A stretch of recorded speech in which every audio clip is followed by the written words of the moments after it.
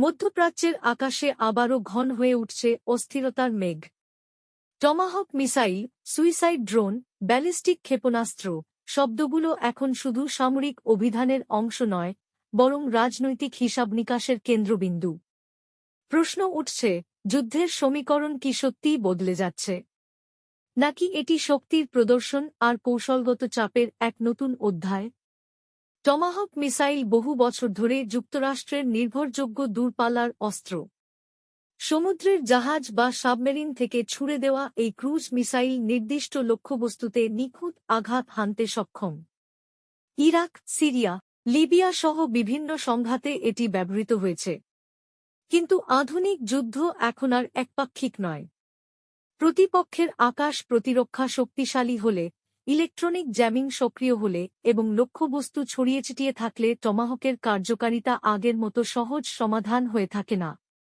তার উপর একটি টমাহকের মূল্য কয়েক মিলিয়ন ডলার।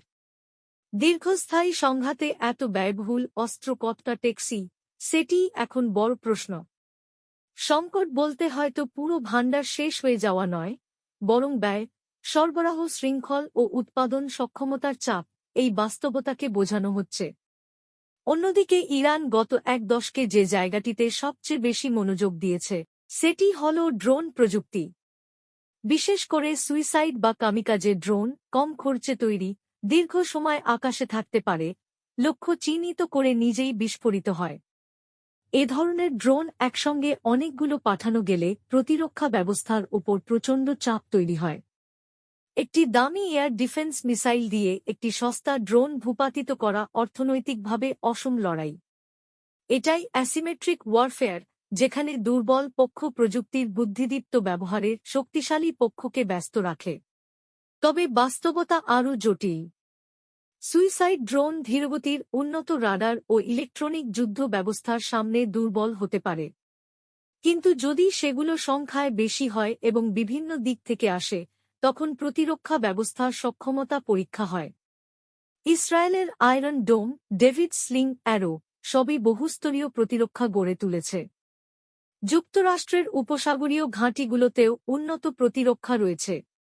তবুও স্যাচুরেশন অ্যাটাক, অর্থাৎ একযোগে ড্রোন ও মিসাইলের ঢেউ, সবকিছু থামানো কঠিন করে তুলতে পারে। ইরানের ক্ষেপণাস্ত্র কর্মসূচি বহু বছর ধরে আন্তর্জাতিক আলোচনায়।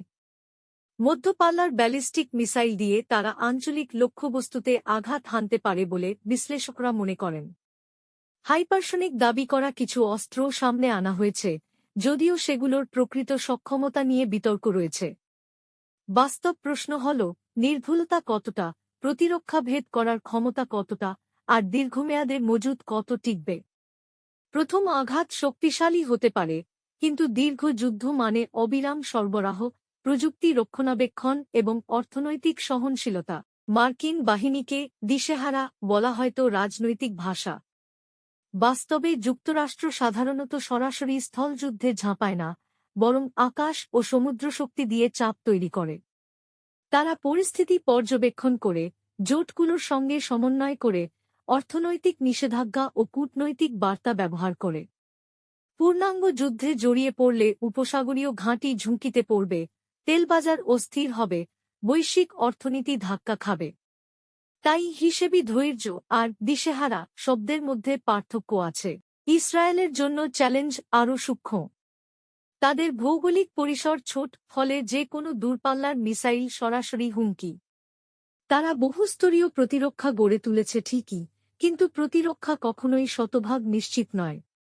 তাই প্রতিরোধের পাশাপাশি প্রতিপক্ষকে আগেভাগে দুর্বল করে দেওয়ার কৌশল, অর্থাৎ প্রিএম্পটিভ বা আগাম আঘাত, তাদের নীতিতে গুরুত্বপূর্ণ। এই উত্তেজনার আরেকটি মাত্রা হল রাজনীতি।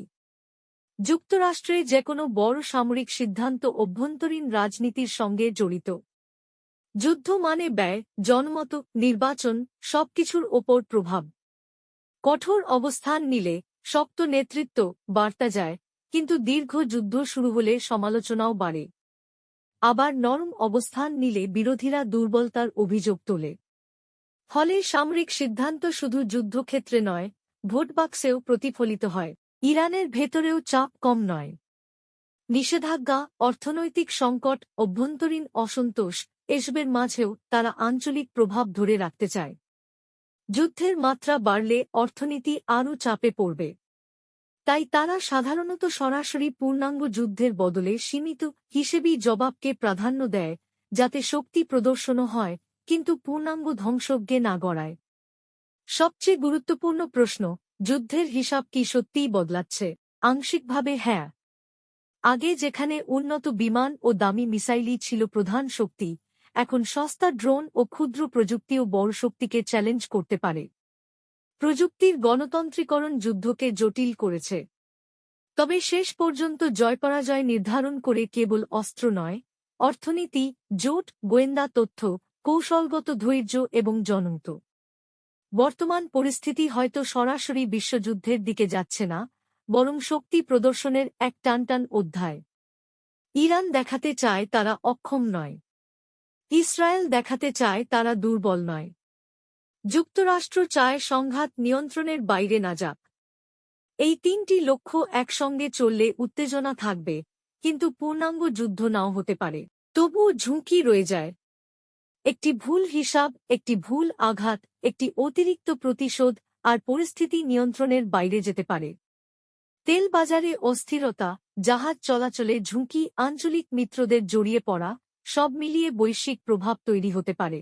শেষ পর্যন্ত যুদ্ধ শুধু মিসাইল আর ড্রোনের লড়াই নয়, এটি ধৈর্য, কূটনীতি ও হিসেবের লড়াই।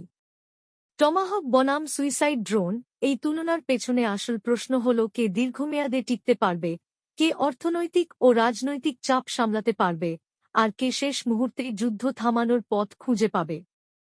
উত্তেজনা যতই টানটান হোক, ইতিহাস বলে, বড় শক্তিগুলো শেষ পর্যন্ত সরাসরি সংঘর্ষ এড়িয়ে চলতে চায়। কারণ আধুনিক যুদ্ধে বিজয়ীও ক্ষতবিক্ষত হয়। তাই এই লড়াই হয়তো এখনও হিসেবের খাতায় চলছে, যেখানে প্রতিটি আঘাতের আগে 10 বার ভাবা হচ্ছে, আর প্রতিটি জবাবের পেছনে রয়েছে কূটনৈতিক বার্তার স্তর। এই মুহূর্তের সবচেয়ে বড় সত্যটি হল, যুদ্ধের ভাষা যত উচ্চস্বরে শোনা যাক, শান্তির পথ খোঁজাই শেষ পর্যন্ত সবার স্বার্থে। কারণ আকাশে যত ড্রোনই উড়ুক, মাটিতে তার প্রভাব পড়ে মানুষের জীবনেই। শেষ কথা একটাই, Tomahawk, suicide drone, ballistic missile, এগুলো শুধু অস্ত্র নয়, এগুলো এখন কৌশলের ভাষা। ইরান দেখাতে চাইছে তারা প্রতিরোধে সক্ষম। ইসরায়েল ও যুক্তরাষ্ট্র দেখাতে চাইছে তাদের প্রতিরক্ষা দুর্ভেদ্য। কিন্তু বাস্তবতা হল, আধুনিক যুদ্ধে কেউই সম্পূর্ণ নিরাপদ নয়। একদিকে ব্যয়বহুল প্রযুক্তি, অন্যদিকে কম খরচের কিন্তু কার্যকর ড্রোন, এই অসম লড়াই যুদ্ধের সমীকরণ বদলে দিচ্ছে। তবুও শেষ সিদ্ধান্ত নেবে শুধু অস্ত্র নয়, অর্থনীতি, জনমত আর কূটনীতি। কারণ একটি ভুল হিসাব পুরো অঞ্চলকে জ্বালিয়ে দিতে পারে। তাই প্রশ্ন এখন একটাই, শক্তি প্রদর্শন নাকি শেষ পর্যন্ত সমঝোতার পথ?